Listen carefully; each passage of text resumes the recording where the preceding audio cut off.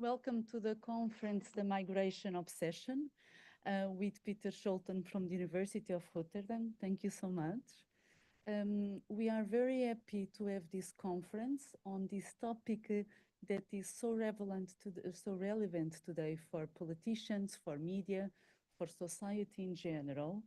And that is also the reason why it is co-organized by the Immigration Observatory and by the Institute for Social Public Policies, together with the Research Unit for Research in Sociology, because these institutions really work to make science useful for public administration and for civil society.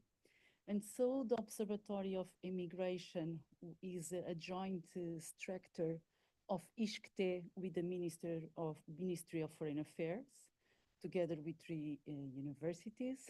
We jointly prepare the report on Portuguese immigrants for the Parliament, and we work together. So this is a really a joint cooperation between university and the government. And the Institute for Social Public Policies provides specific training for public officers. And one of those trainings is on migration and challenges of integration, which we already had two courses in Fundão, with the municipality of Fundão. And today it's also a webinar of that cycle of conferences. And so today we will have with the migration obsession in general. We will also specifically discuss and launch in English the Atlas of Portuguese Immigration, which we are very happy. And we will have the portal of European immigration, so of all the European countries, which are also, we are also very happy. And so I thank all the persons here in the auditorium and who are also online. And I will call Professor Peter Scholten from the University of Rotterdam. And Professor Peter Scholten has a special characteristic. He makes science of migration useful for politicians and for media. And how does he do it? He compares the policies between countries and makes that knowledge of complexity easy. I mean, not easy, but accessible to read. And then he also compares the politics of concerning refugees. And from that analysis, he gives insights to the governments on how to have, let's say, the best policies, which is called the mainstreaming policies, which they give a lot of work, but are the ones who are considered to have the best effects. So thank you so much for being here with us today. And then I also called the journalist Paulo Tavares to moderate, who also has a special characteristic. He makes science interesting and, let's say, sexy for society in general, and also migration issues. And so we are also delighted that we can have an interesting and insightful debate with you. And the floor is yours. Thank you.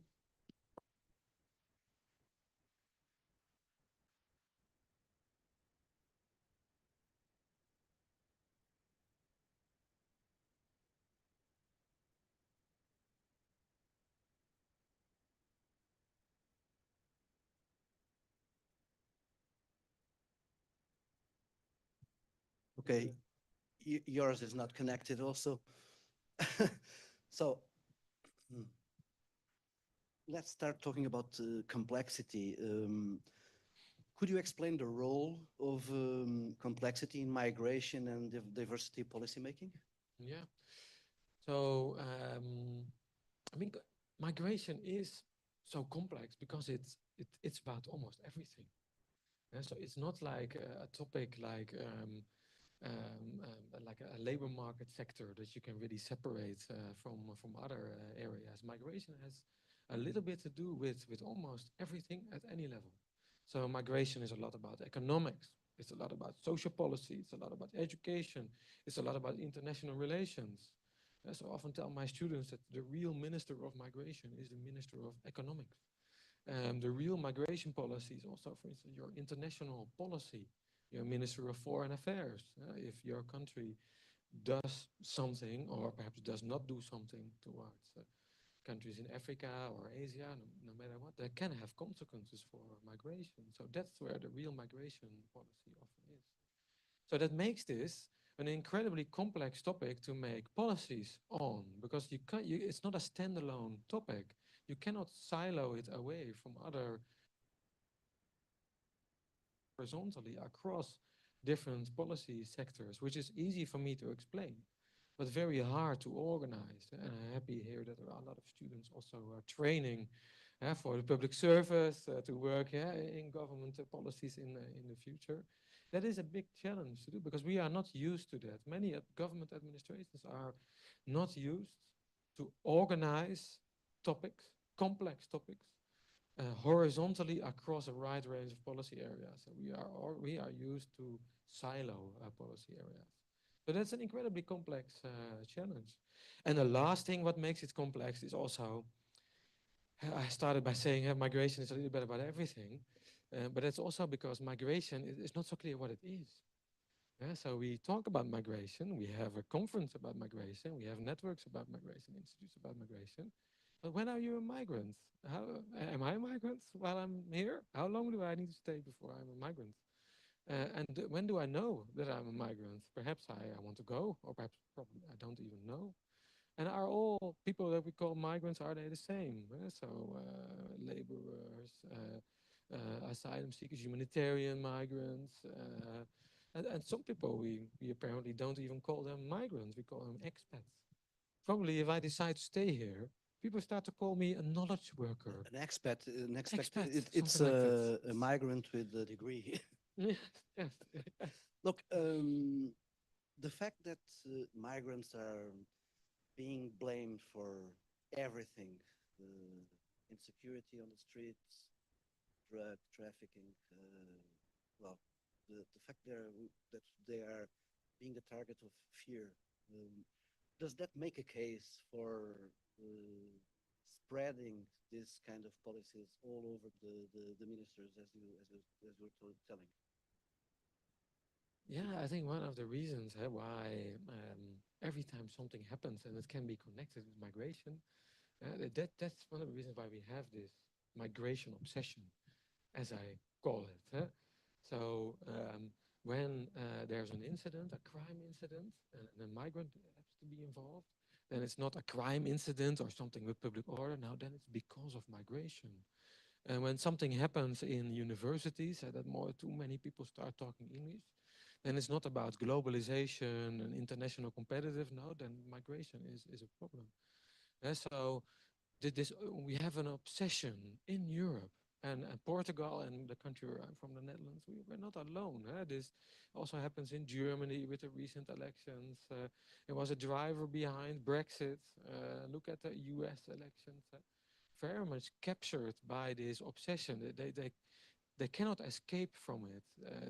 Trying to constantly problematize migration, make migrants a problem, connect every problem with migration.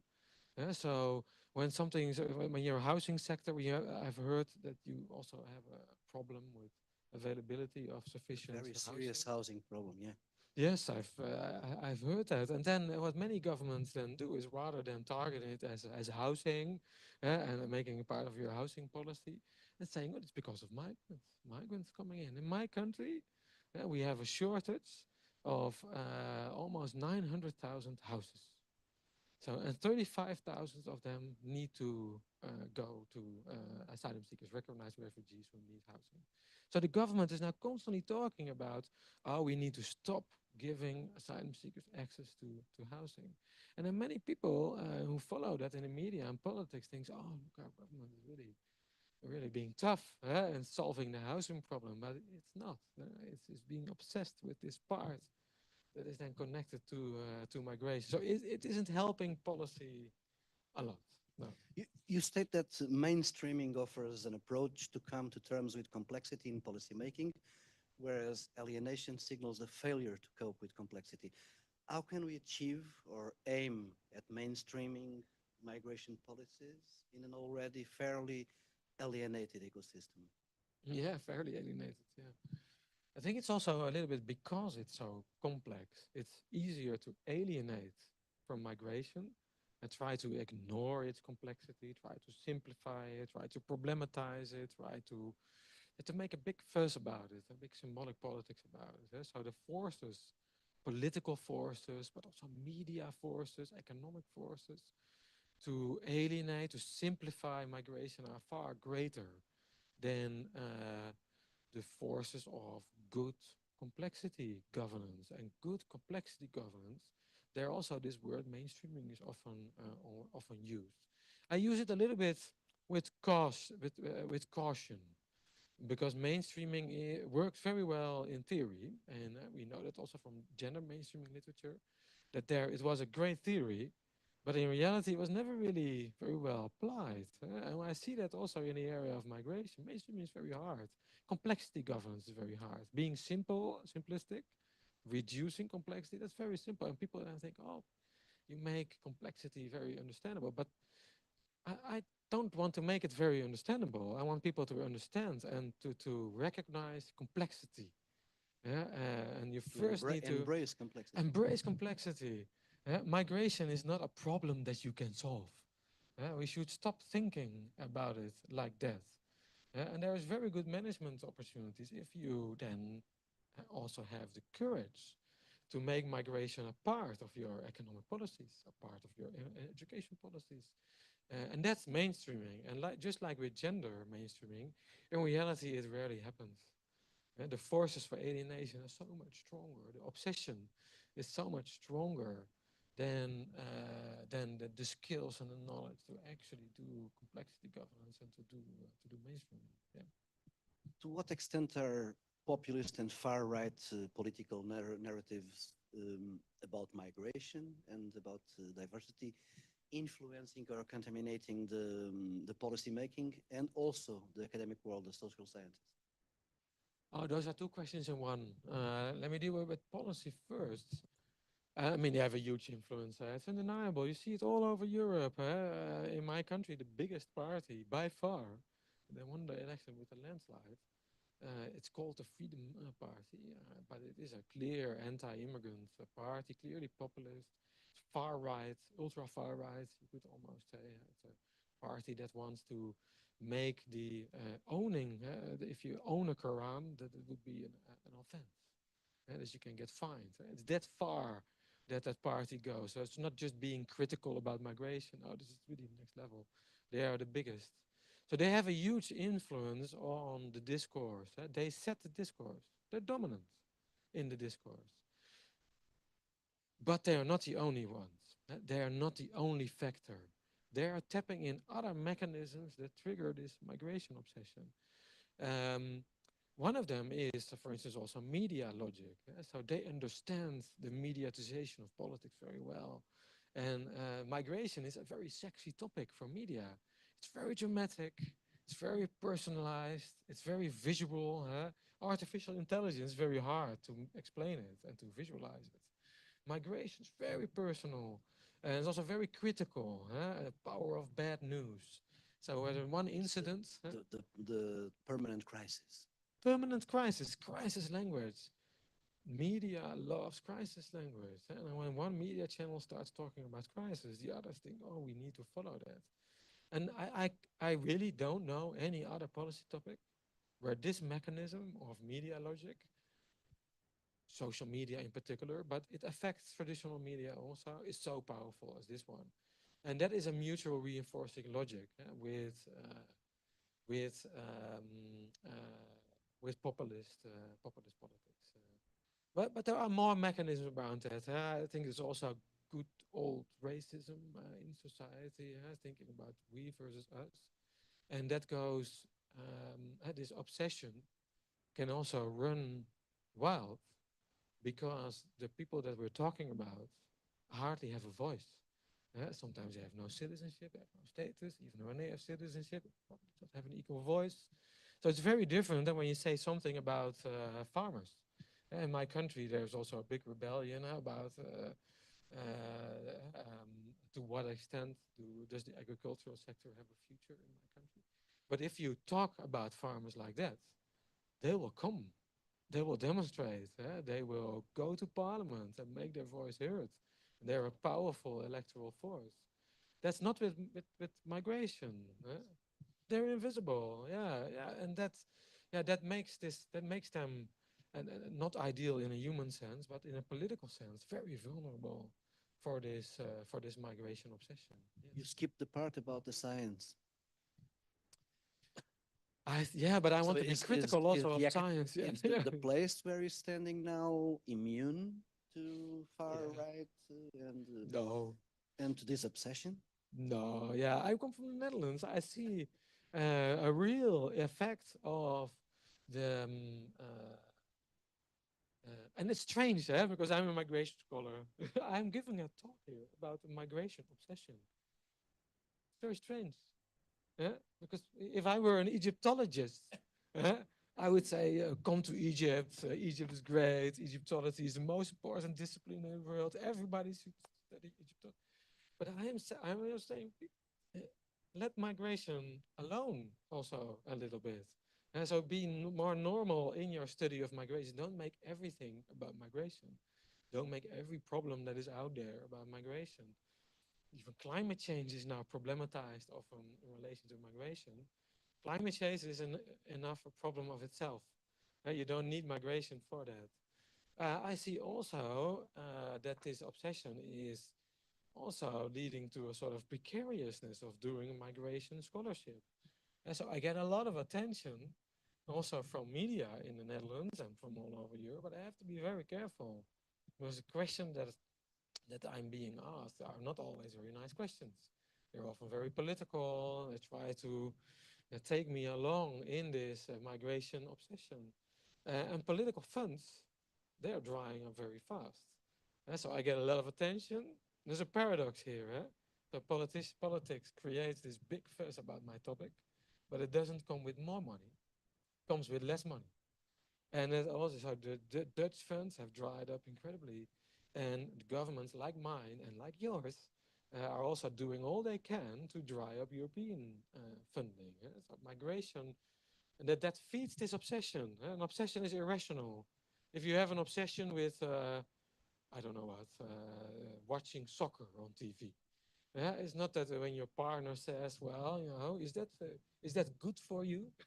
that it's not that if the person shows you a study that watching a lot of soccer is bad for your health, you will not stop. And that's the same with this obsession.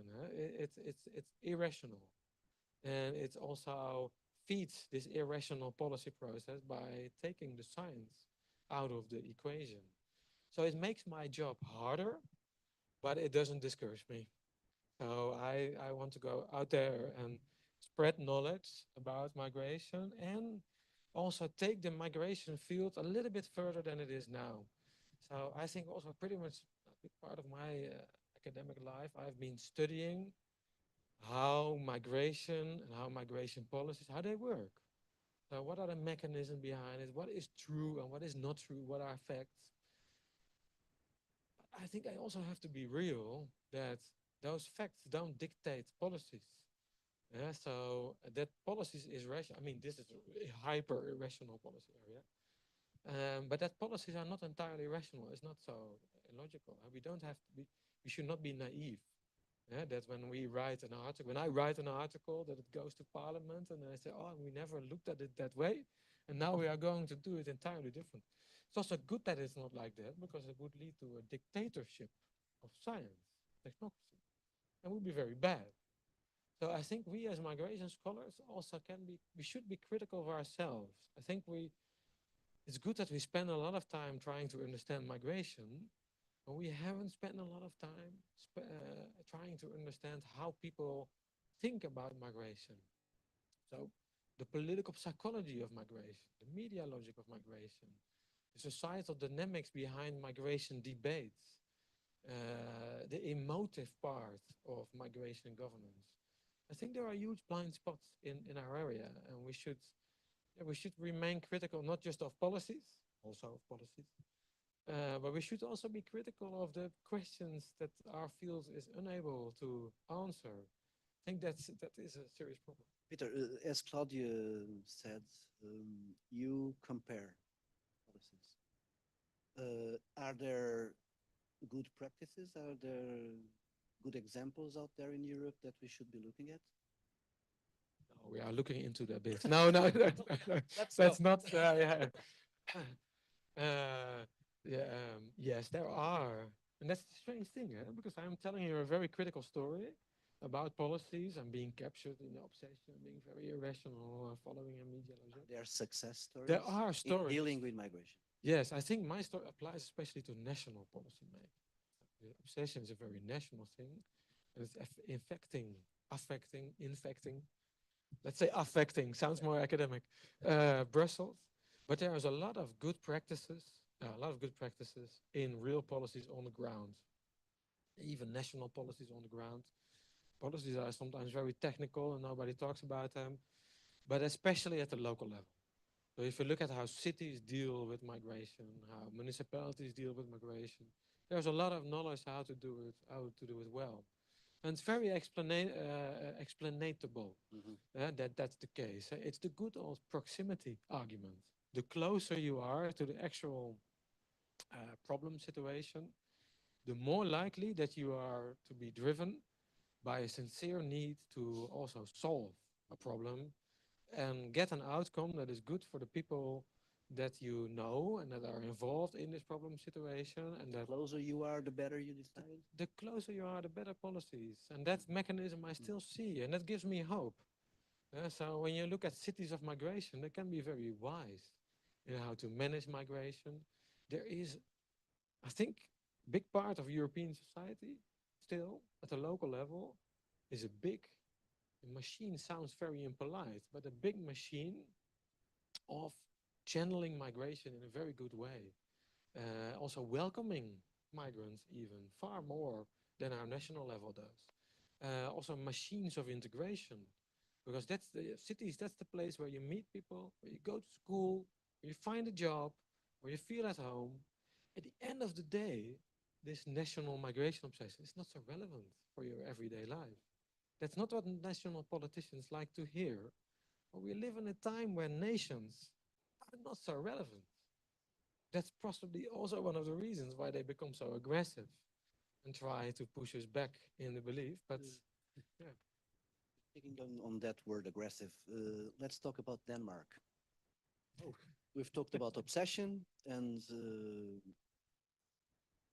radical narratives infecting all kinds of policies. Denmark is led by a social democratic center-left party or government since 2019. It has issued increasingly harsh measures and laws to limit irregular migration and make the country unattractive for those seeking a better life. Family reunification rules were tightened, deportation practices were increased, and social benefit payments for asylum seekers were lowered. And these are popular policies for the Danish government. They are doing fairly well on the polls. They are, I think, 1.5 years away from elections. Is this an inevitable policy roadmap for center-left parties in Europe? Yeah. When they come to be, because there's not a lot of them now.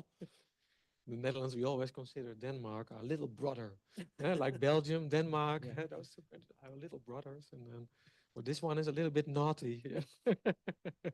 So two things about Denmark. One, it's not as bad as it seems.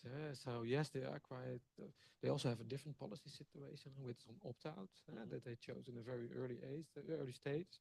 So it's not easy to compare with Denmark. And also, when you really study Denmark more on the ground, Denmark is a small country. It's just like the Netherlands, and it needs migration. And it has this company that does this pills against obese. What is it, Novo Nordisk, or what is the company? Novo Nordisk. Novo Nordisk, I think. It's also an example of how the Danish economy needs migrants. Oh, and at a massive scale. Mind you, Yeah. Despite these policies, the percentage of migrants has raised slightly. Voila. Yes. Okay, But that's the point in many countries. And I believe even that my own populist government in the Netherlands knows this very well. And so we should not underestimate them. They know that they need to show muscles in some forms of migration, but they are very much aware that the people want economic growth. it's the economy, stupid. It's the economy, stupid. Yeah, yes. I'm very sorry. It sounds politically, it's a little bit biased statement, but it's very important. But there is something else. I think, from a political science perspective, and this is not so new, center left, no, all mainstream parties, center left, center, Christian Democrats, also conservative parties, they are highly ambiguous. They are internally conflictuous about migration. And this is one of the reasons why it has been so easy for populist parties to claim the room. Um, Leftist parties have always struggled with the progressives dilemma, as it's called in the literature. So progressive dilemma is that on the one hand, social democrat parties want to be internationally solidarious with all poor people of all countries unite and take it up against the capitalist class.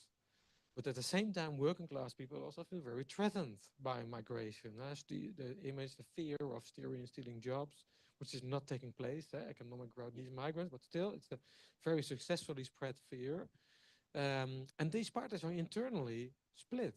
In the Netherlands, the Social Democrat Party is almost dead. And that's because of all their voters going to the Populist Party. And if you just look through a traditional political lens, you think, well, how can that be? But if you see how their grassroots was positioned about migration already 10, 20 years ago, it's quite understandable. But it makes that they don't speak with a clear voice. So they have not made up their minds. Their message is ambiguous. And it's ambiguous because they fear internal party conflict. The same with Christian Democrats, who are Christian parties who are internally divided about whether they are pro religious diversity for all religions, or whether they should join the bandwagon about the politics against Islam. Is it only about talking more clearly and defining a straight line, or is it about politics or the politics you defend? It's about both. They first need a party and first needs to make up its mind before you can have a clear narrative. I mean, now all these mainstream parties are internally divided, and as a result, neither of them has a clear But narrative. should you make up your mind if you're a leader of a center-left party and go along with the flow and start defending, well, the kind of policies that the Danish are imposing? Yeah, but then you assume that that's the only outcome. I think there are also I'm asking very if yeah. that's the solution. Yeah, I think that there are multiple narratives to create about migration. Also, but that those need to be created. And now there's only one narrative: the fear for migration and the fear for migrants and the need for integration. There can also be a narrative about globalization is a savior of our economy, and a narrative that also addresses the dark sides of globalization. That's going to help people with that, and that if you want to flourish, then you need migration. There are some countries that have been on the flip side of that. The Netherlands, for the latter part of the past decades, has been on that side. And I say, tiny country in between big countries, without migration, where would the Netherlands be? But now nobody really actively entertains that narrative. Nobody tells that narrative. So if you don't tell it, if you don't create it, then you should also not complain when the room is taken by the one that does tell a clear narrative. There's a tendency for the left to not look at the problem, ignore the problem. We could see that in Sweden. And Sweden has Yeah. some kind of trouble with managing migration. Um, could you say that acknowledging the problem is a first step, or acknowledging the complexity of the problem? That would be a good first step, yeah. And then not saying that it's automatically about migration. We have a housing problem in Europe, but it has probably much more to do with the neoliberal housing market policies. That most housing sectors have been liberalized to the extent that governments have no control over them anymore. that yeah, now you shouldn't complain then 2 decades later that you don't have proper social housing because that's part of policies in the past. So acknowledging problem, I think that yes, you should talk about problems. You should take them serious. And I think a lot of people see society changing very fast. It's globalization. If you turn on your phone, then within 2, 3 minutes, you're outside of Portugal. You are influenced by the whole world. Globalization is all over the place. And that creates fear. And some people are winners and losers of globalization. But that has nothing to do, or at least not a lot to do, with migration. So, yes, you can acknowledge problems, but then you have to be very precise. What is actually then going on? And target a real problem. I think that's not what populists are doing. Populists often say that they're so good in acknowledging problems, but they are good in socially constructing problems and spreading fear and making people believe that those are the problems that they are then symbolically resolving. But they are actually shying away from real problems. Problems like growing inequality between high and low educated people, who are more divided than ever before in Europe's Poverty. history. Poverty, yes, but yeah, some people say there's big inequality, but less poverty in Europe. So social scientists are not always on the same side there, but there's more inequality. There's more inequality between high and low educated. There's a climate change problem, for instance. There are new security threats through social media, through artificial intelligence also. There's an information war going on. So there are many other problems than migration. So why are we then solving most, I think it's fair to say, most of Europe's elections nowadays over migration? It makes no sense. And I'm very grateful for all the attention. But again, as a migration professor, I would say, leave me alone. Um, let's talk about perceptions and reality. Portugal has a huge gap between the perceived percentage of migrant population, around 30%, according to the most recent studies, and the actual number, more or less 10%. So people dramatically overestimate how many migrants live in their country. This is a trend in other countries like the US, 33% versus 15, Argentina 28 versus 5%, or Poland 15% versus 2%. Is this a testimony to the efficiency of the far right narrative? Yes, to some extent, They because got I think inside people's heads. yeah, they are about the politics of fear, and they spread that fear. But again, the far right parts are important, but don't overestimate. Don't underestimate them, but don't overestimate. There's a far bigger logic at play. This migration obsession is not just far right. It's also just irrationality Yeah. that we need to. It's also media logic. It's also about global anti-globalization. Look, So this inquiries didn't focus only on far right voting yeah, people. yeah, So yeah. it's a real So problem. so I think this shows that the psychology. Sometimes I wish that I studied political psychology. Then perhaps I would understand this far better. Um, Now you see this all over Europe, all over the world, as a consequence of the migration obsession, that people think that there's far more migration than there actually is. Mm. Even my own family sometimes. Then I'm one of the 3 migration professors in the Netherlands. And then I tell my mom, I say, well, why are you so bothered about these asylum seekers? We have the same percentage as Lithuania and France in the Netherlands. And France and Lithuania are not known as being such a asylum seeker friendly countries. Mhm. So, and the number of labor migrants and family migrants is far greater. So why are you so obsessed with that? But it has no impact. And more than that, also, people always think that migration is new. And that's also relevant for the immigration observatory. So people always think that it's like an historical, unique situation. And they always think that migration is increasing and that it is more than it has ever been in the past. And that's really an abnormality, I would say, to think about it like that, because migration has always been there. Migration is a normality. If you look at Portugal, what would Portugal be without migration? Mhm. Yeah, and think about Portuguese immigration. In my city, I can go to dozens of great Portuguese restaurants, which I really recommend. And that's all about Uh, migration. That has always been there. And when you talk about economic migration, Yeah, it goes with the flow of the economy. Some yeah, migrants arrive, and when the economy goes down, they go back to their countries. yeah. So So the we should absolutely normalize the debate about Mhm. migration.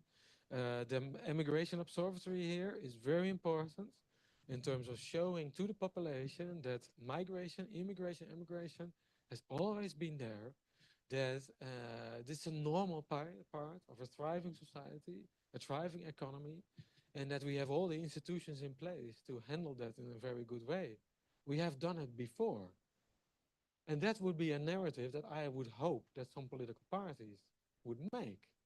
Yeah, but there's no political party that says, well, look at that great work being done in our cities, in Fundao, in Lisbon. So if I were a civil servant, I'm not. I'm an academic, so I just, I tell this type of stories and I criticize everybody. But if I were a civil servant, I would be pretty annoyed that you're doing such great, hard work. You have good knowledge on how to make migration work, how to make integration work. You also have knowledge of what the real problems are. Right? It's not that there are no problems, but you have real knowledge and you have precise knowledge on how to make good policies, and then you're utterly ignored by the policy making process. at the That's national level. at the national level in Yeah. particular. That must not give. So that's why my book about alienation is also a book about alienation among civil servants and policymakers, with all their knowledge, feeling alienated from the policy dynamics in which they are captured. Should they be more proud of the work they're doing? We should be more proud of them. And yeah, I mean, I sound very cynical. I think I am a little bit skeptical, so to be very honest. But it's not that I don't sleep anymore at night, because I know that there is also there are good forces in society. There is good knowledge, and a lot of this migration obsession in national politics sometimes not really affecting everyday life. People go to schools, people find jobs, they meet each other, and there's a lot going. There's more going right than going wrong. But my fear is that this migration obsession becomes a self-fulfilling prophecy. That if you keep talking about it and keep talking about polarization, it's a word that I really hate. The more you talk about polarization, and the more it happens. And then some people who are in the dark side and don't feel at ease, they start connecting problems with polarization, and they start feeling legitimized to do things and say things that otherwise they would not.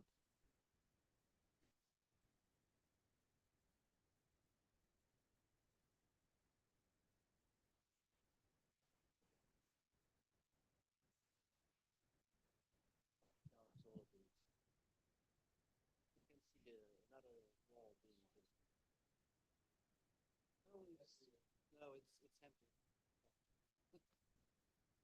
Oh, just let me try and connect it here. Down here. Oh, okay. It's going again.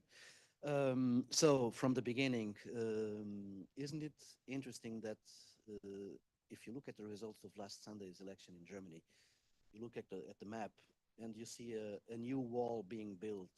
The east is completely AFD, with the exception of I think half of Leipzig and Berlin. What's your take on these results, knowing that this is the part of Germany with less migration pressure? It shows also the irrationality of the migration Yeah. obsession, that there is also in my country a negative correlation between the percentage of the population that has a migration background and anti-migrant sentiment. Yeah? Talking about irrationality. That's also why we really need to look, as migration scholars, we need to look elsewhere. We can't just keep telling these facts, because facts are not everything. That's one thing. But second, I do want to take it serious. And that doesn't mean that I'm going to say that all East Germans are racist or something like that, because that's too easy. That's really too easy. And I think also some of our responses to what happened there were too. You were not saying that, by the way. I saw it here. It's not But what you said, but but something yeah, failed there, right? yeah.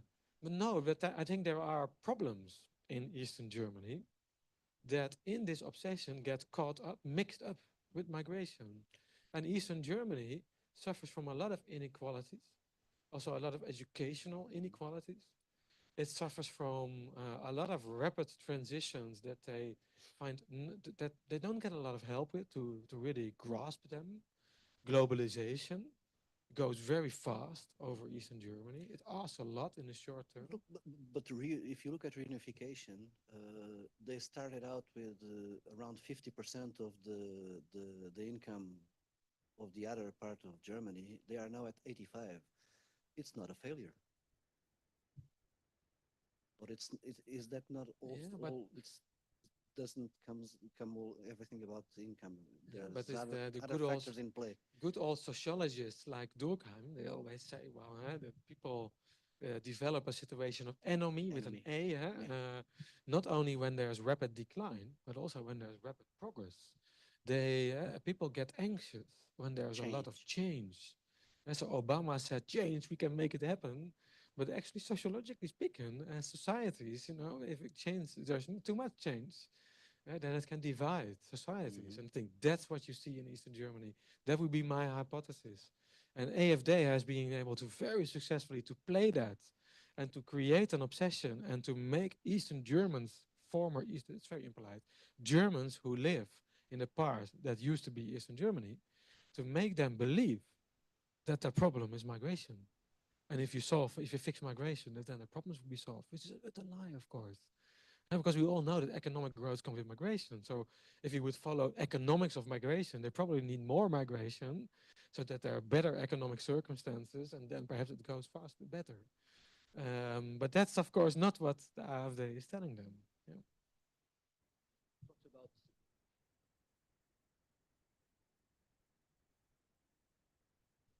Yeah, we should not underestimate their role. And I had some media talks here in Portugal over the past few days, so I felt always a little. I try to be diplomatic, and there is a real difference between professional, traditional media and social media, but we should also not make that too sharp. Media plays a very big role in the migration obsession, I have to say. Also because we live in a time where politics is media, media is politics. The central for politics has moved away from parliament to media. And for media, migration, I think I've said that before, is just too sexy. Yeah? It's too. Media is not just a medium that just brings a message. Media distorts messages. And it has always done that on all topics. It's impossible to get a media message straightforward. Media follows media logic. And some media channels do that more than other. Social media does that the very high intensity, and traditional media is more reliable. So that's why in the Netherlands I get invited a lot by traditional media.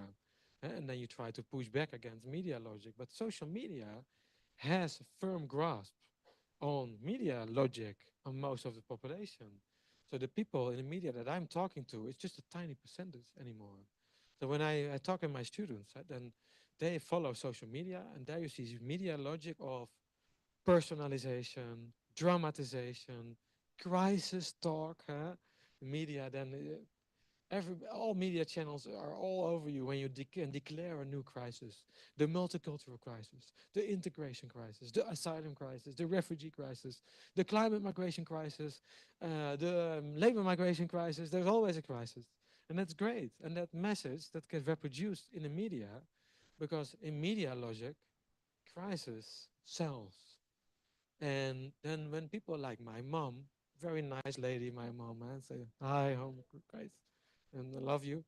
But you can't. Yeah, I understand that if you are constantly subjected to messages from media, from politics, saying that there's crisis, start believing it. If I'm today, I'm 10 times going to say to you, you are in sort of a crisis.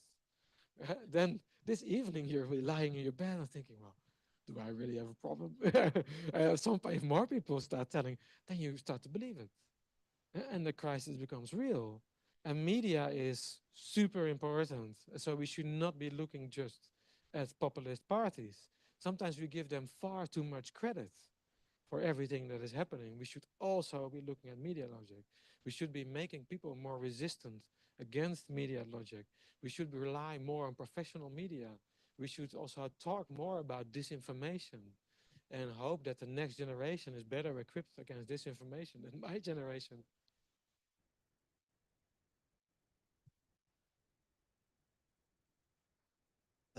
How do you go back from this kind of fast food information on social media to people slowly reading a newspaper on the coffee table? No, I don't think that will happen. Yeah, that's Yeah, the no, point. so that's not. So, I like the term fast food. I'm gonna use that somewhere in my book. okay, I'm I'm gonna gonna brand put in it. my footnote. Thank you, because that's fast food is so attractive that you cannot let it. So that's really part of this. And you know you don't want to have it, and still you have it. So no, I think we need to. Sometimes the way forward is not a way back, but the way forward is really to face the future head on and try to create something new. We need to make people, to equip people with skills to recognize disinformation and also to have other narratives. So the mainstream parties need to play that media logic also. It's there. Okay, Our but modern society has media. go, Everybody needs to going play it. back to the beginning, the complexity needs No, we need to go forward, not back. the Yeah. complexity needs explaining, and it needs time to be understood, right? Yes. But that does not happen by going back and then to one media channel Yeah. and then telling people this is how it is. I Mhm. think complexity is also the emotive part of migration. It's also about dealing with different voices. Even if there's an audience full with academics, I can come up with a list of 100 scientific topics about migration where I'm pretty sure there are people here disagreeing. So we need to accept Let's in hope a so. democracy. Yeah, in a democracy, I lead a journal. I know that we organize this type of fights between academia because we think that dialectics in academia creates progress. I think a democracy is also blessed by a plurality of voices. So I don't believe that complexity means that I, as a professor, then come in and go, I'm going to tell the Mhm. truth. Yeah, there's this great book by my colleague Hein de Haas about how migration really works. It's a great book, and he explains all the myths, but that is not the way to solve it. It's not a way to tell my mom, these are the figures. I can show it to you, and now I want to hear nothing of it anymore. That's not how society works. Mhm. So we need to um, we as scientists, we need to understand that democratic play better. Political parties need to create those narratives better, need to be present in social media and break it up in bites and to be kind to Hein de Haas. That's also what he does. He Yeah. creates these short videos where he explains it. That's going to be influential. That's going to be shown at secondary schools, primary schools, and then people see it and start It's to understand it. creating a new kind of viral message. Yes, that's what you need to do. So that is a leap forward and not a leap backwards. You need to embrace complexity and not deny it. Yeah. Okay, I think we're done because we have to give some time to a Q&A. Good. Okay, Thank so you. very, very interesting talking to you. Thank you. So,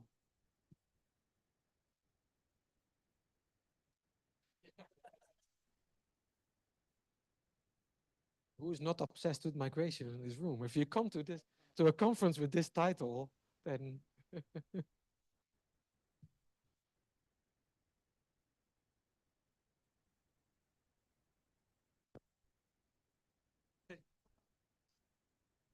So, as you said, the focus of our studies shouldn't be completely obsessed with migration. But the question I bring you and the question I, really want to look into would be if there is a clear path or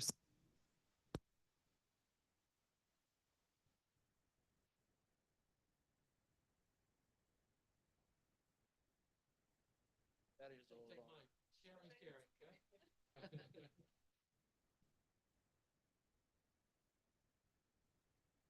so if there is a clear path or solution to address this new weaponization of migration that we see nowadays.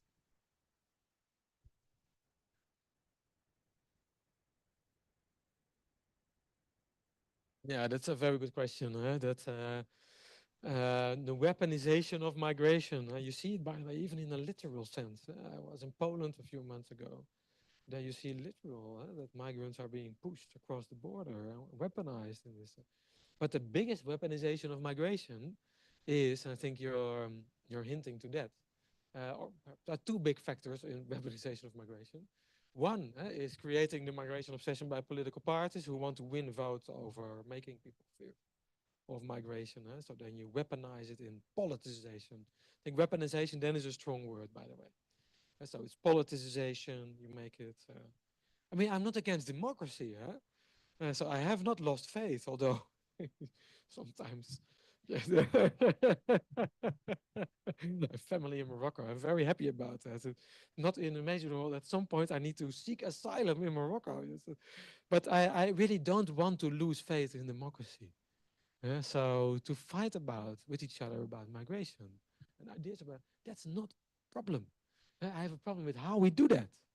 And that's undermining the quality of democracy. It's degenerative, as American political scientists say. There's a degenerative logic in how we do the politics of migration. I think that's what we need to understand as migration scholars if we want to remain relevant. If we keep if we keep coming with these figures and then say it's not 30%, it's 3%, so end of the debate, and we can all sleep very nice.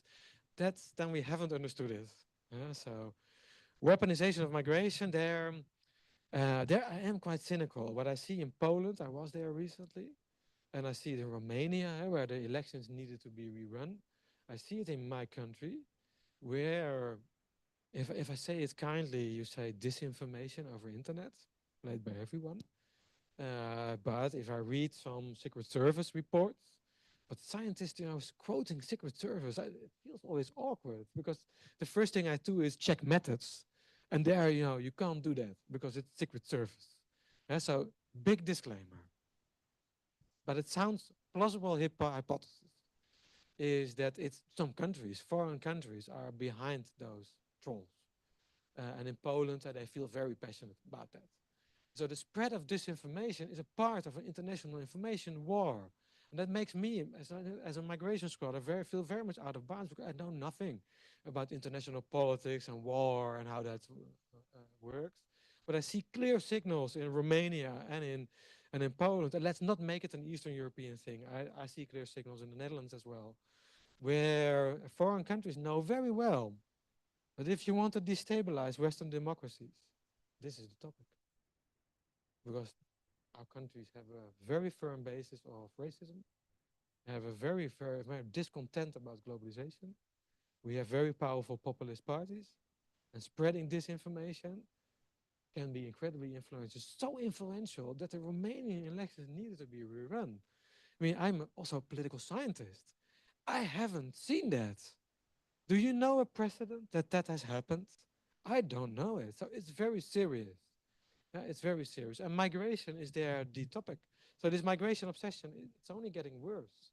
And it's becoming part of this international information war. So yes, weaponization of migration as part of international conflict. Yeah. Unfortunately. I hope somebody asks a more positive question at some point. Otherwise, you all end up with nightmares after my lecture.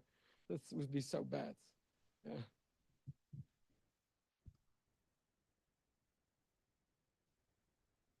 So I'm gonna ask like this like a very similar question. I study international relations, so my goal is always to try and find like the policy recommendation that would come out of it because when we discuss something that can get heavy, I want to be like, well, now I have a mission. This is what I'm gonna do. This is what I'm gonna write about. Um, would you say that the long-term solution to the migration obsession would be focusing on decreasing the wealth disparity and the education disparity?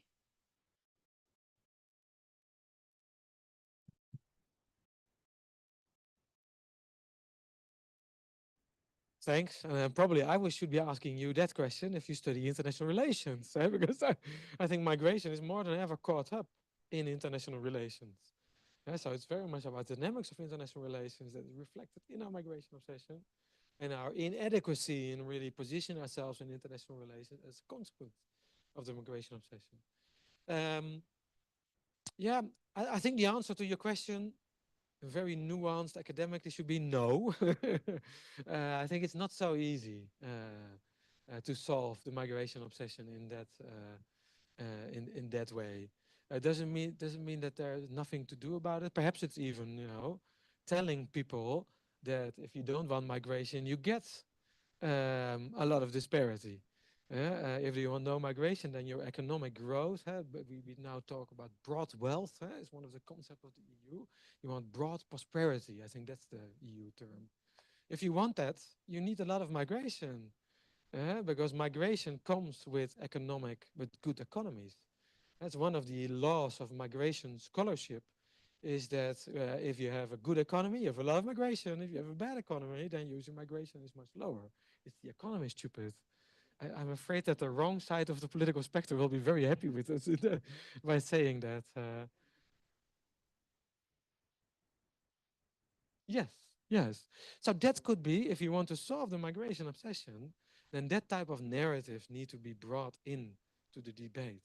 So now only the problematizing narrative is out there, but the narrative about migration is a key element of international politics, is a key element of politics.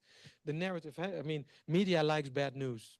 As a scientist, I like good news. And we're all citizens, I like good news. But media likes bad news. And there's a lot of bad news to tell if you would have closed borders. There's a lot of bad news about racism. I've heard a lot about the incidents here in Portugal, which are blatant, or where there's clear, blatant racism. And so there's also a lot of bad news to tell about migration that I think we should tell, because that's the only way to create a counterbalance to this migration obsession. And we should tell it also in a way that is not always about migration. That the housing problems here is about your housing policy of the past decades. That your economic policy, labor migration is a big thing here. It's because of how you structure your economy. It's also not, and then now I fall into this trap that as a scientist, I'm going to tell you how it is. Yeah, but I know that there's a big fuss about labor migration here. That if you want to stop migration, we know that you actually can do it quite well. Migration is not unstoppable. Walls don't work. We all know that. If you want to stop migration, you restructure your economy. And then you say to the people, oh, you want less migrants? We take out, I don't know, I'm not an economist, 25% of your wealth. Because that's how we can run the economy without migrants. If you want to do that, yes, you want to do that? Okay, then you can actually stop migration quite well by regulating your economy. So it also makes no sense, and I see patterns here in Portugal, but it's very clear in my country, that the government is speaking very ambiguous. It's speaking with multiple voices. So it's speaking very loud in saying, stop migration, stop asylum seekers, tough on migration. But it's speaking very silent about opening the economy and the sectors. We need migrants, otherwise, what's going to happen with your tourism sector? What's going to happen with your agricultural sector? What's going to happen with Novo Nordisk in Denmark if their policy would be really successful? That is not a very difficult narrative to tell, right? So why are political parties not telling that? Yeah, it's just that's more the citizen speaking, or the political advisor. Perhaps I should ask money and start giving political advice. Perhaps better than scientists. Yeah.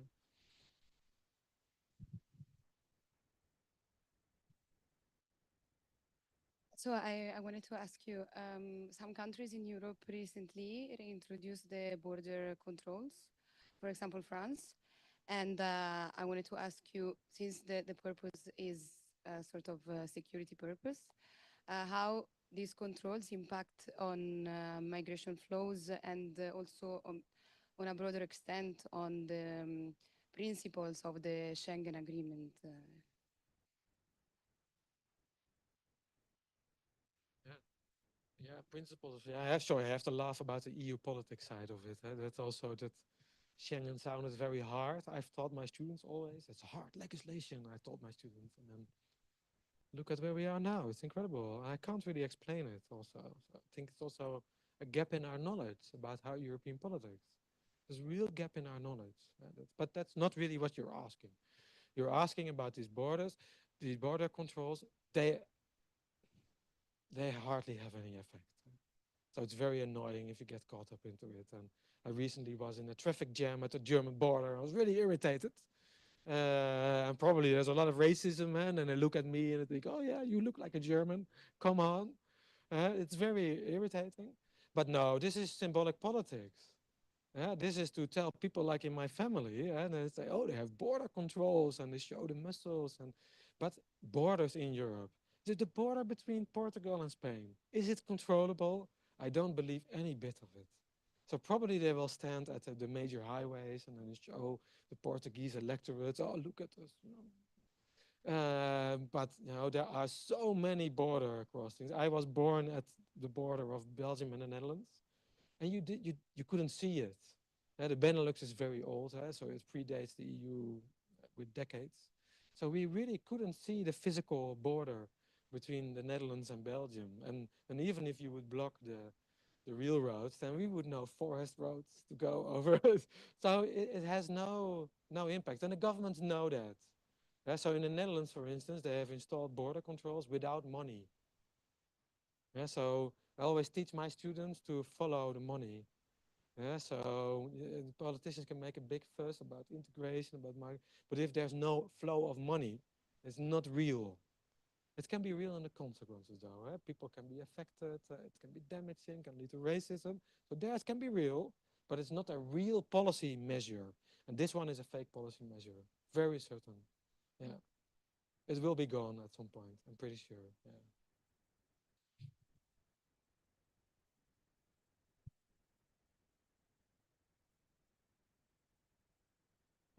Just right now, you were saying follow the money. And I've heard about the Netherlands trying to externalize this migration problem through sending migrants to countries like Uganda, and a little bit the same that happened with the UK sending migrants to Rwanda. Everything's still on paper. Yeah.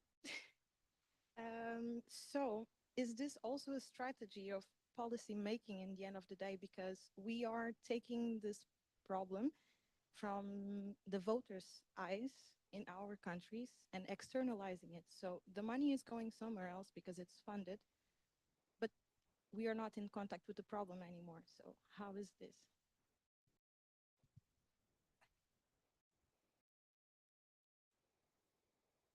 I don't need to answer that question anymore. You just did it yourself. We're not in contact with the problem. That is the migration obsession. And that should not be the end conclusion. That should be the starting point of our research. Why is that not? Why is there no contact between the policies and the problems? And how does that logic then work? And just saying it's symbolic politics, that's not enough.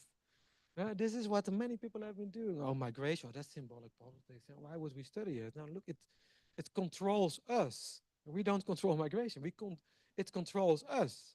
And now, so we should really become more political psychologists ourselves. And this is a very radical example. Believe me, no, I should, as a scientist, shouldn't say that without. I am pretty sure. Let me put it like that. You don't have to believe me, but I am pretty sure that also in the UK, there was not a single civil servant that believed that this would ever happen. And in the Netherlands, I can guarantee you, because those are my alumni working there, this is not a serious measure. There's nobody at this moment running a study on how would we export migrants to Uganda? What would that cost? And if they would come at that stage, because there have been some amateur scientists who ran an analysis of that, I think there was 900,000 euros per migrant for the UK if they would have exported to Rwanda in their case. That's entirely, no, everybody knows that that's not going to happen. But because it's a migration, it's nice. The politician can say, we're going to be tough. We are going to offshore asylum seekers so that they never make it to our country. And then if there's no counter narrative, if the other political forces are just not too bold or not strong enough to expose that, then that's the only narrative in the room. If the others walk out of the room and only the populists are screaming, we give them a free ride. And that's what's happening. And they understand that very well. They're not stupid. They understand the logic of mediatize politics very well. And Rwanda and Uganda in the Netherlands, then in that case, gives them great. In the Netherlands, it's even worse. They went to Uganda, and in Uganda, nobody knew that there was a plan. And then a minister went on TV for the Netherlands saying, "Oh, we're talking about exporting." And then the Ugandan minister said, "No, we didn't talk about migration. We talked about development aid and stuff like that." So it's there's this book of Edelman, The Political Spectacle. I don't know whether you have studied or read that, but it's a very old book, 1970s. And I read it, and back then I thought, oh, this guy is not serious. But now everybody should read that book because we are living in a political spectacle. And that's not to say that it's just theater and all the stupid guys are in parliament. No, we need to you need to understand that's political spectacle. And the political parties need to understand that all political parties need to understand it. Otherwise, you cannot influence it. And then you can complain that the populists are so racist. But if you have not understood the game and haven't played, then you should, like in soccer language, if you're not on the field and playing, you shouldn't complain that you're losing. Yes. Yeah.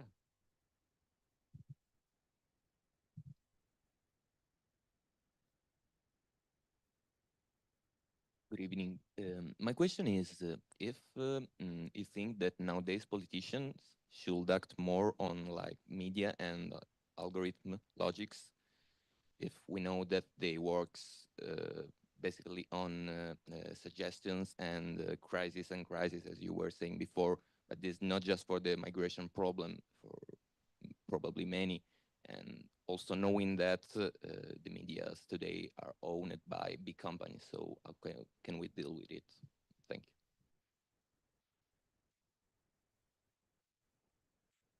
Yeah, they're owned by big companies. So it's also, but it doesn't, in Europe, we have a lot of professional,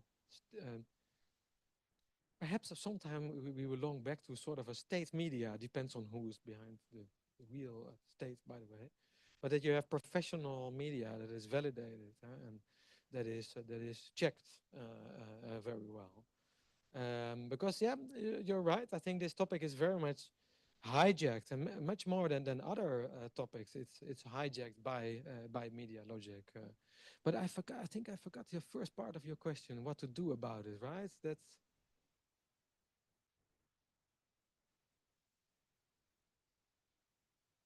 yeah. I think politicians should understand that logic. We live in a mediatized. Politics is mediatized, and media is politicized. So I think all political parties should also feed that logic and play that logic. And if you don't do that, then you get this logic of crisis and reproduction of very negative images about migration, also visualization, and sometimes with good intentions.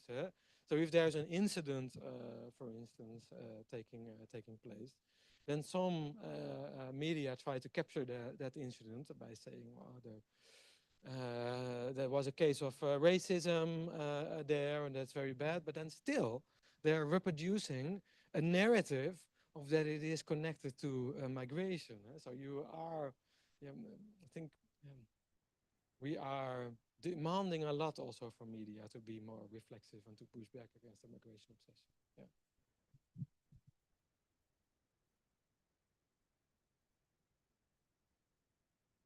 Yeah. Thank you, Thank you Peter. so much for the good question.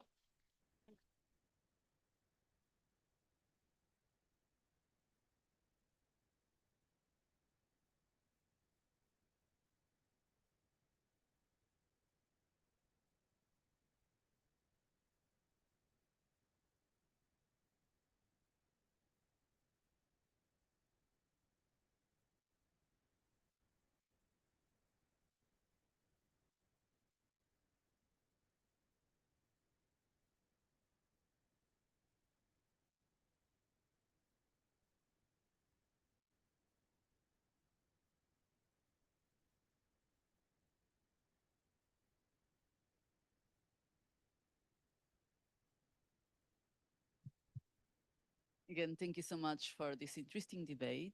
And remember, it's the economy, stupid, that really explains migration. And so we will also apply it to the Portuguese emigration. Um, most of the information we have on migration is focused on foreigners. I mean, from the perspective of the country of destination. And simultaneously, in the Immigration Observatory, we also analyze it from the perspective of the departure country. Both are the sides of the same mirror.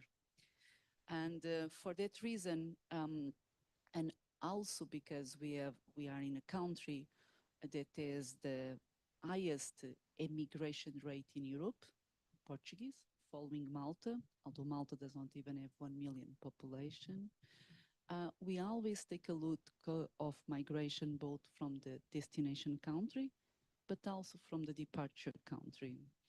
And so for all these reasons, we want the studies on emigration to be more known. And we just published in English and the Atlas of Portuguese Emigration. And I will start for saying how do we reach these numbers. Fortunately, we don't have numbers of immigration. And fortunately, because we live in democracies, we don't have to request permission to leave the country. So there are no numerical records. What we do use is the methodology of United Nations, in which we look at the Portuguese immigrants, Portuguese abroad, through the numbers of the Portuguese who arrive in the countries. So this means we use mirror statistics. We go to the institutes of statistics of the destination countries and we count the Portuguese there. When we don't have it, we also use the numbers of international statistics as OECD, Eurostat, United Nations. And this is how we reach the number of Portuguese immigrants. And in Europe, we are the only immigration observatory. All the others are migration observatory, but from the perspective of whom arrives.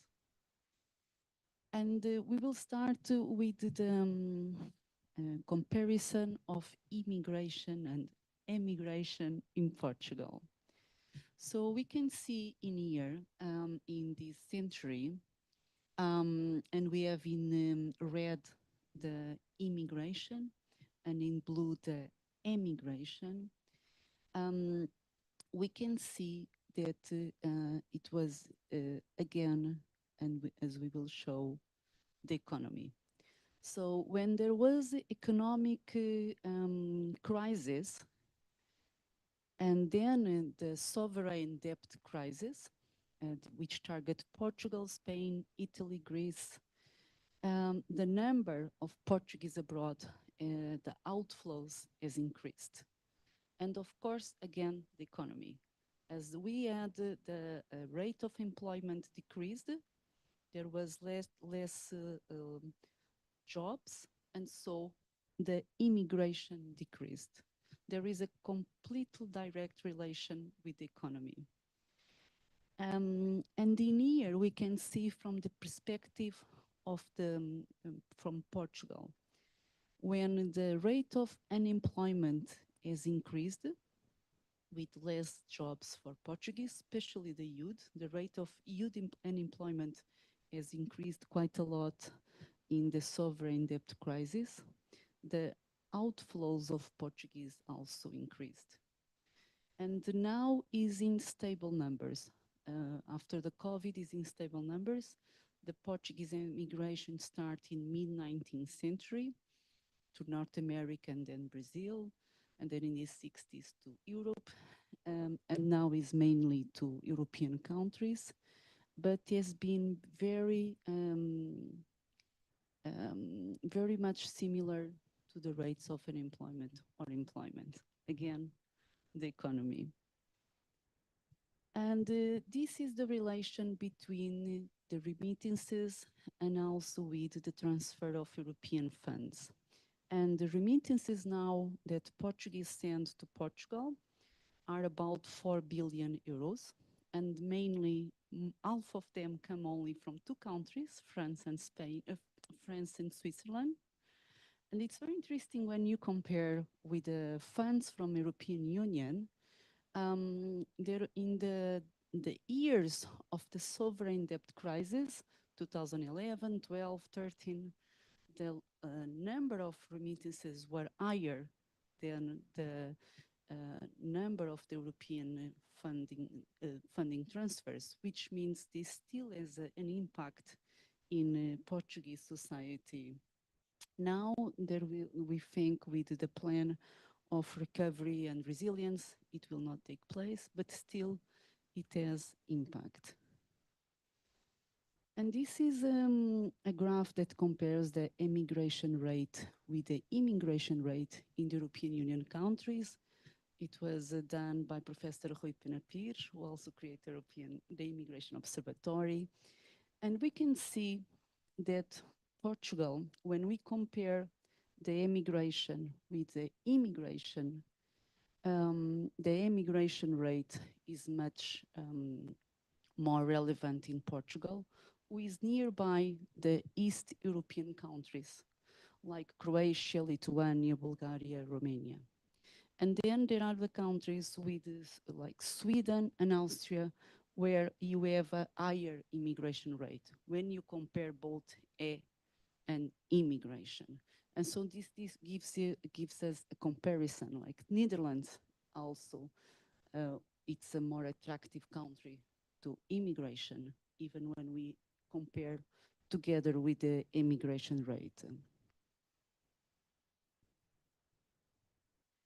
And in here, we can see what is a relation between the school academic qualifications with the number of years that Portuguese are abroad. So we can see that the Portuguese who left 1 year or even less have higher education level than the ones that left more than 20 years ago.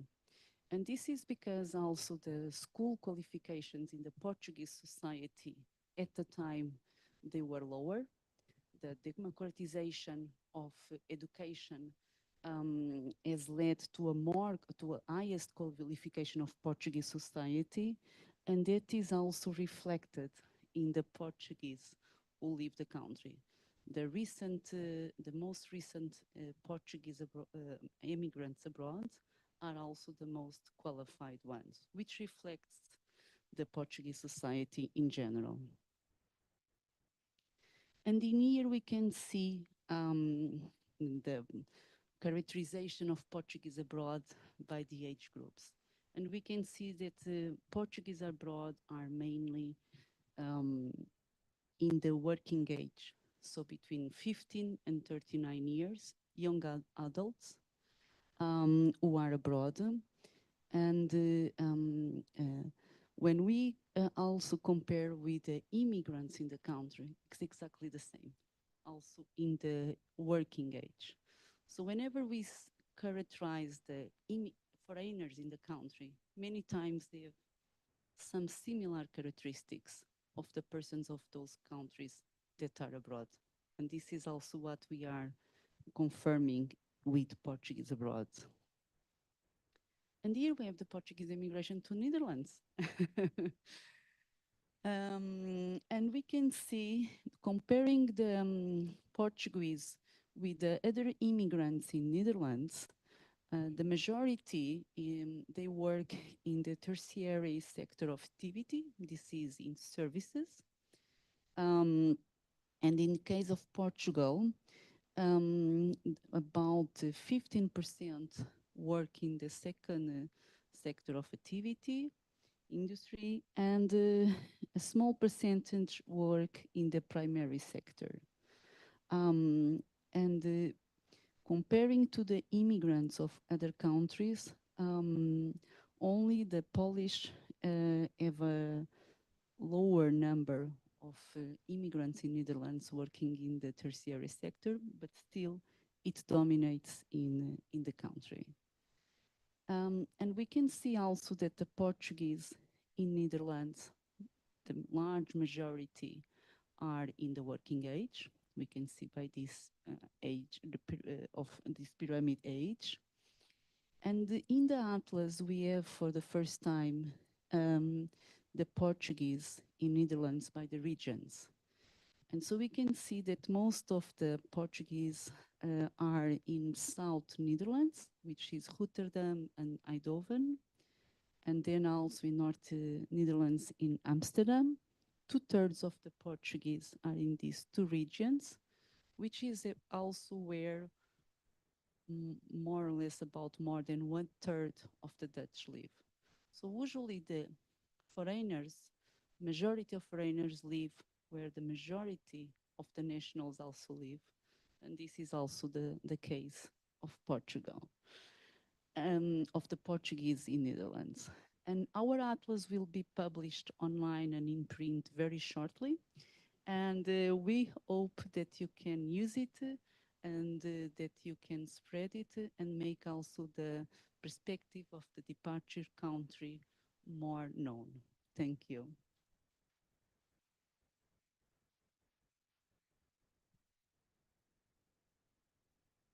I will now give the floor to Inês Vidigal and to Rui Pena Pires, who will launch the portal of European immigration.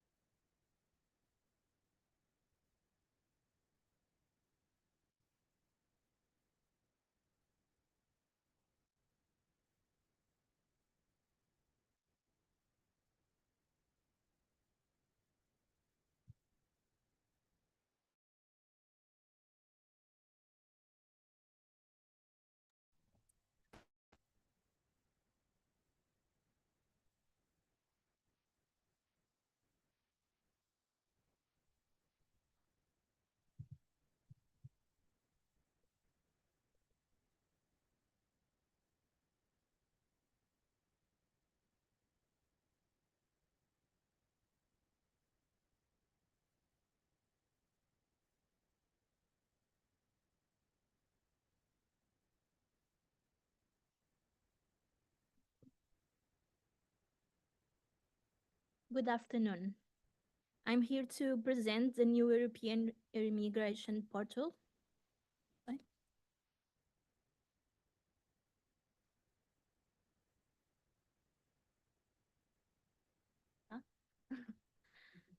But before that, let me share how it all started.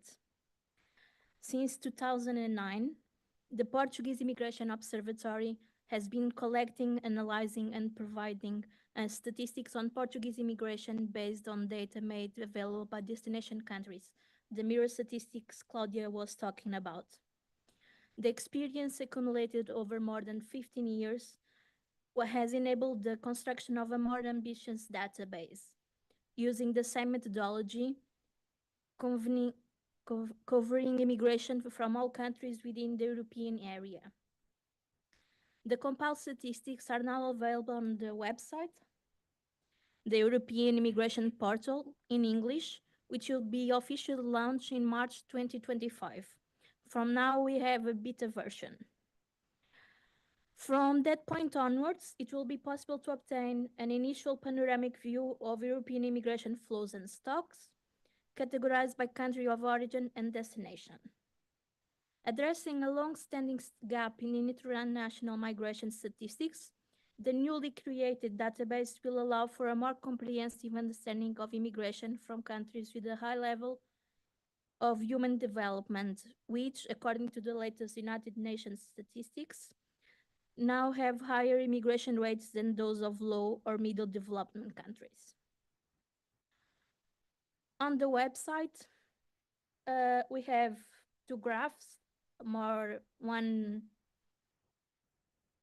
map and one graph. The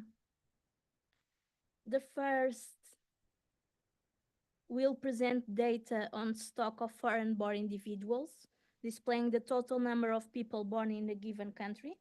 This total includes the European Union countries, as well as the United Kingdom, Switzerland, Norway, and Iceland. The second graph, this one, will provide an overview of the total number of foreign entrants in a given country, also covering European Union, the United Kingdom, Switzerland, Norway, and Iceland. For now, our IT guy really likes the stock of foreign-born Portugal, so we have the information in both the graphs. We have here, for you to see, let me share this on Zoom. Não está a abrir.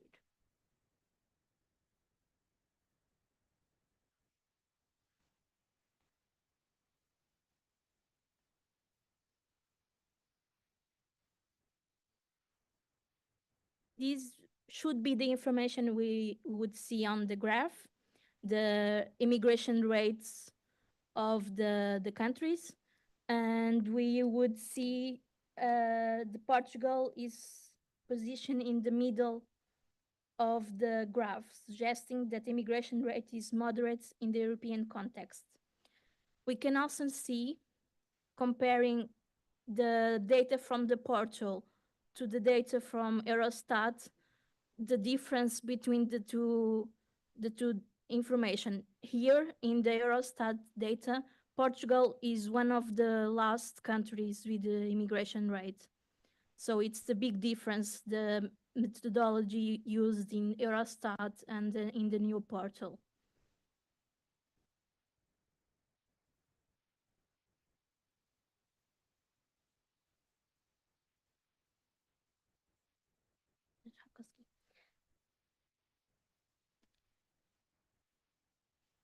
Okay. Okay, obrigada.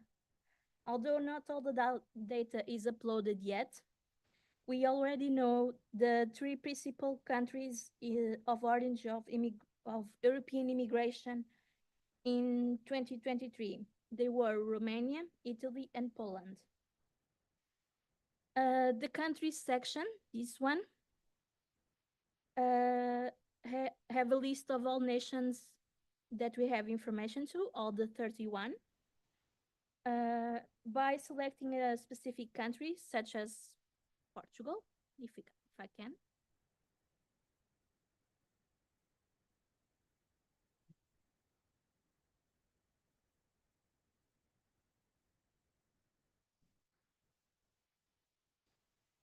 We have access to information about two indicators: stock of foreign born in table 1 and outflows in table 2. In the case of Portugal, we should see, but we don't have all the data here yet, that the principal country where the Portuguese live is France in 2023, with 600,000 Portuguese residing there. And in the flows, we don't have the data here yet, but the main destination of Portuguese immigration was Switzerland, with 13,000 entries in the country in that year. We can also do this same exercise, for example, for the Netherlands, for Professor Peter Scholten. So let me go there.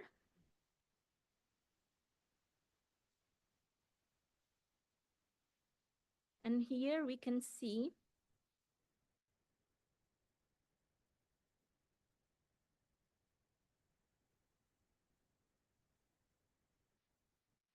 that the data indicates that Germany had the largest population of Dutch immigrants, with around 150,000. And for the flows, I'm sorry, I didn't, it's here, the data. And for the outflows, we can see that the main destination for the Dutch immigration in 2023 was Spain. That is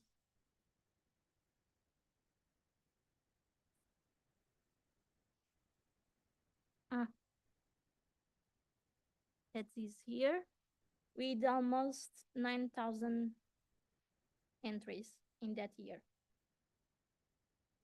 So, Professor, do you have anything to add? Just to add two or three things. It's quite amazing, but until now, there was no place to know what were the outflows of European countries. Because to know the outflows, you have a lot of work to do. You need to go to the Office of Statistics of all other countries and collect the entries of one country in all these countries. We do that for 15 years for Portugal. Every year we go to, I don't know, some dozens of countries. Dozens, yes. Dozens of countries, and take the information about Portuguese entering these countries and leaving these countries. So we decided to do the same for 30 countries, all European countries. European Union countries, more the EFTA ones that are classical here and have some common agreements with important for circulation, like some of them are in Schengen and space like Norway. But and also the United Kingdom, they are out now from European Union. Maybe they will not stay out too much longer with the new situation in Europe. It will be very, very, very interesting to support some comeback of UK. Anyway, we have the data. This data for the moment is not from all the countries in the world. It's just from these countries to these countries. I mean, of everybody that leaves Netherlands for the other European countries. In some weeks maybe, we'll enlarge this to all OECD countries, because some of the European countries have immigration mainly to OECD countries outside Europe. For instance, if you look to the data, the graph that we use, UK has a very low rate of immigration. Yeah. But when you sum there the data from Australia, United States, Canada, they will be one of the highest rates of immigration in these days. I made some calculations, ad hoc calculations, and it's very amazing. Australia is nowadays the main destination of migration from the UK. So why this is important? Ines already showed, but we are looking at again to the data. Eurostat publishes some data about immigration. If you go there, you have immigration for all countries. When you try to know how this data was achieved, you smile. Okay, because there is not a single methodology. One country decided to use mirror statistics, other countries decide to use surveys in the country of origin, other countries use very sophisticated econometric models, but I don't know which data they put in the model. And you know, a very sophisticated model with bad data has bad results. It has not good results because it's sophisticated. Anyway, the Portuguese statistics there about the immigration of Portugal are collected by our National Institute of Statistics with the most common methodology used by other countries in Europe. And you know how do this works? It's very easy. They have a survey asking people that are in Portugal about people that is not in Portugal. So, okay, we have some data, but they ask people, did someone in this home migrated last year? If everybody in the home has migrated, not catch up by the survey.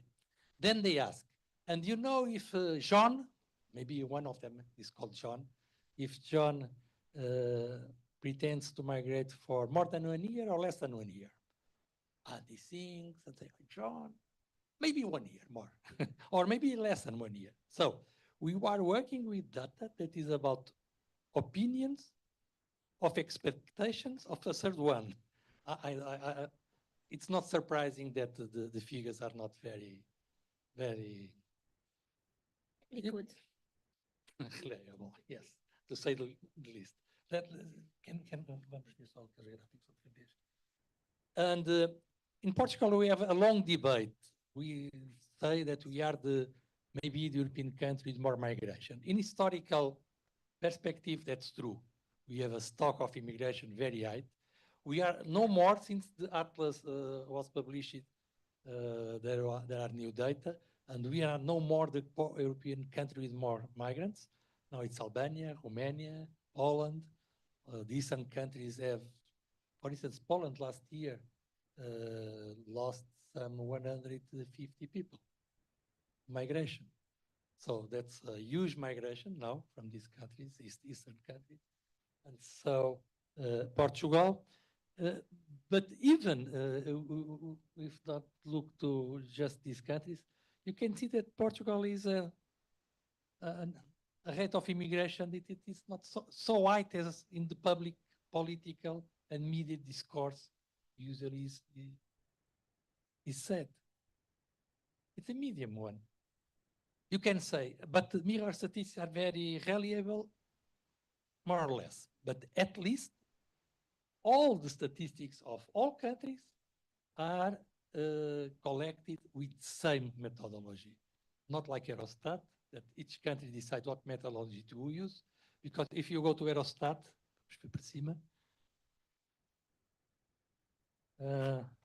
Portugal is here. One of the countries with one of the lowest rate of immigration in Europe. Nobody in Portugal believes that. It's impossible. It's impossible to accumulate a stock of 2 million people with this rate of migration. And we know that we have more than 2 million people abroad, living abroad. So that's why is this? Because the data is not comparable. No, you cannot compare this data. They are from different sources, from different methodologies, and so on. Since now we made an attempt to have a single methodology, the same source always, the National Institute of Statistics, that have registrations of migrants that enter in the country, and we collect these and can analyze data that is, I think, much more reliable. I think that the only reason because nobody has done that before is because there is a lot of work to do that. But it's interesting. You can talk with our friends in Jamaica. No? They said, well, but there are not Portuguese here. Okay. So even when you don't get information, you have interesting conversations. Thank you. That's it. Still a beta version. And you'll begin with very few data, main data. Then it will develop, and each country will have some kind of replication of the Portuguese Immigration Observatory that has much more data than this. But that's for another with time. For now, we have stocks and flows, and that's not so bad. Thank you very much.